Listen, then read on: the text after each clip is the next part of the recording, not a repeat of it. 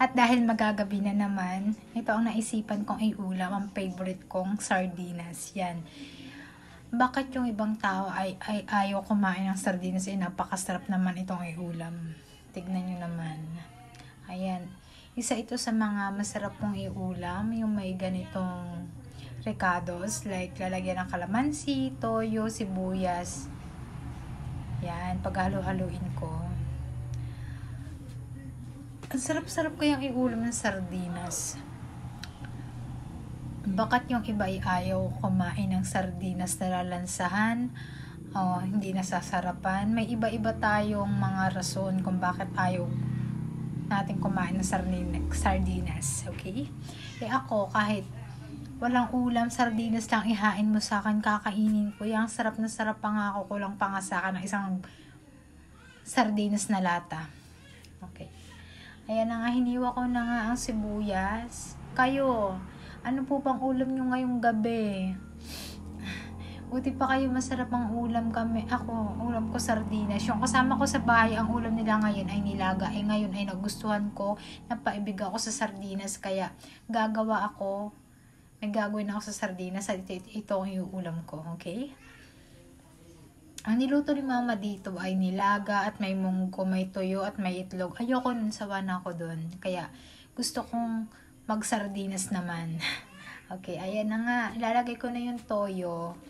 Ilagay ko na ang kalamansi at sibuyas. Okay, toyo naman ang lalagay ko. Tapos, hahaluin ko. Ipag-mix ko lang. Okay. Ganun din po ba ang ginagawa nyo sa sardinas? Para hindi masyadong malansa. Yan. Yan ang gusto kong gawin. Pag hindi po ganyan ang niluluto ko sa sardinas, ginagawa ko ganyan. Yung minsan, hindi ganun yung ginagawa ko sa sardinas, kundi ginigisa ko. Kaya ito nga, kakain na tayo. Okay? Tara, kain! Ayan, lalapang na tayo. Sarap nito, medyo maalis-alis na ang malansa kasi naglagay tayo dyan ng 2 kalamansi. Okay, ayan na nga. Okay, puti ng ngipin ni ate. Okay, baka naman Colgate. Colgate yung ginagamit kong pang toothpaste sa aking ngipin. Para makita ang kagandahan talaga ng ngipin ko. Maputi naman po talaga ang ngipin ko. Sisipagan nyo lang po mag-brush para maalis yung mga bacteria, ganyan. Para lagi na mag-toothbrush bago kakain ka ng chocolate, kakain ka ng candy. Last ng kakain mo, kailangan mag-toothbrush ka para mapanatili mong malinis at maganda ang ngipin. Okay, ayan na nga, kakain na nga tayo. Sarap. Okay. Sarap talaga kumain, nakakamay. Alam niyo naman po, yung mga Pilipino talaga, hindi mawawala ang pagkakamay dyan sa hapagkainan. Isa yan sa mga pinakamasarap kumain, ang nakakamay. Okay? Sarap. Next time, ang gagawin natin sa sardinas, ang ginagawa ko, ang iba-iba kasi luto ko sa sardinas. Okay, may nagsisigaw ako ng sardinas, nagigisa ako ng sardinas. Kapag may sardinas sa bahay ko, anong makita kong gulay, pwede ko igisa, ganyan, nag-iiba-iba akong luto sa sardinas. Para hindi nakakasawa ang sardinas, kaya iba-iba mo yung luto sa kanya. Okay? Ayan na.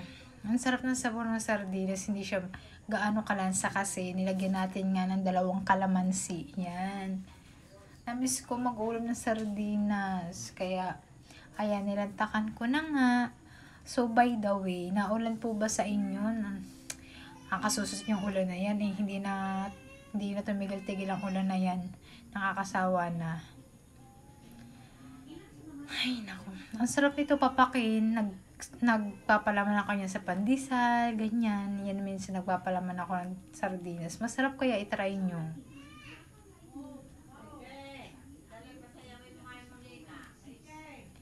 Ang sarap kumain. Okay? Yung sabaw pala ng sardinas, napakasarap na. Okay. Sarap na sarap nga ako. Sarap ko yung kumain pag nakakamay. Yung dati, hindi ako nakakain ng sardinas alam niyo naman, Pilipino tayo, hindi mawawala ng sardinas. hindi mawawala sa pagkainan ng sardinas. Yung iba talaga ang Pilipino talaga, favorite nila talaga ang sardinas. Katulad ko, baka naman, ligong sardinas, baka mabigyan mo pa ako. Joke lang po.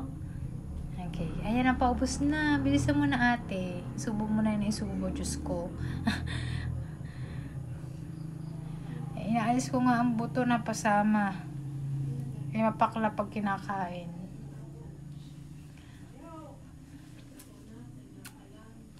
Ayan. Last bite. Okay. Yan. Nagustuhan ni ating. Sarap.